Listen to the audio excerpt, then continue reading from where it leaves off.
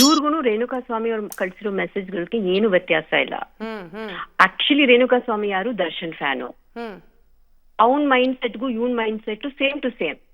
ಆತರ ಮೆಸೇಜ್ ಕಳ್ಸಿದ್ದಕ್ಕೆ ಅವ್ರು ಮರ್ಡರ್ ಮಾಡಿದ್ರಲ್ಲ, ಇವಾಗ ನಮ್ಗಳಿಗೆ ಸೇಮ್ ಮೆಸೇಜ್ ಕಳಿಸ್ತಾರಲ್ವಾ, ನಾವು ಮರ್ಡರ್ ಮಾಡ್ಬೇಕಾ ಹಂಗಂದ್ರೆ? ಹ್ಮ್ ಕಾನೂನನ್ನ ನಮ್ ಕೈಗೆ ತೊಗೊಳಕಾಗತ್ತಾ?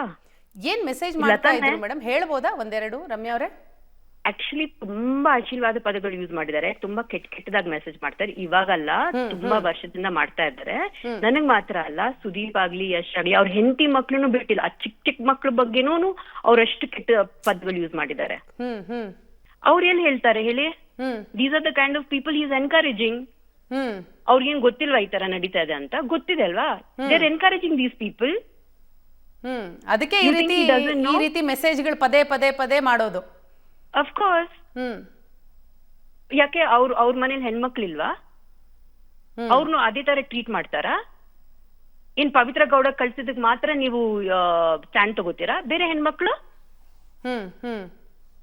What is this nonsense? ಯಾವ ತರ ಮೆಸೇಜ್ ಕಳಿಸ್ತಾ ಇದೀವಿ ನಾವು?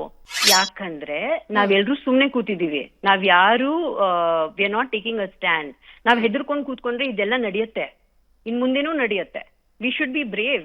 ನಾನ್ ಯಾವ ನನ್ ಮಗನ್ಗೂ ನಾನು ಹೆದರಲ್ಲ. You know my character. ನಂಗೆ ತುಂಬಾ ಜನ ಸಪೋರ್ಟ್ ಮಾಡೋರು ಇದಾರೆ, ಬಟ್ ನಾನು ಯಾರ ಮೇಲೂ ಡಿಪೆಂಡ್ ಆಗಲ್ಲ. I will fight alone if it matters. ಏನ್ ಮಾಡ್ತಾರೆ ವೀಣಾ ಅವರೇ? ರೇಪ್ ಮಾಡ್ತಾರಾ? ಕ್ಯಾರೆಕ್ಟರ್ ಅಸಾಸಿನೇಷನ್ ಮಾಡ್ತಾರಾ? ಮರ್ಡರ್ ಮಾಡ್ತಾರಾ? ಶೂಟ್ ಮಾಡ್ತಾರಾ? I don't care for all these things.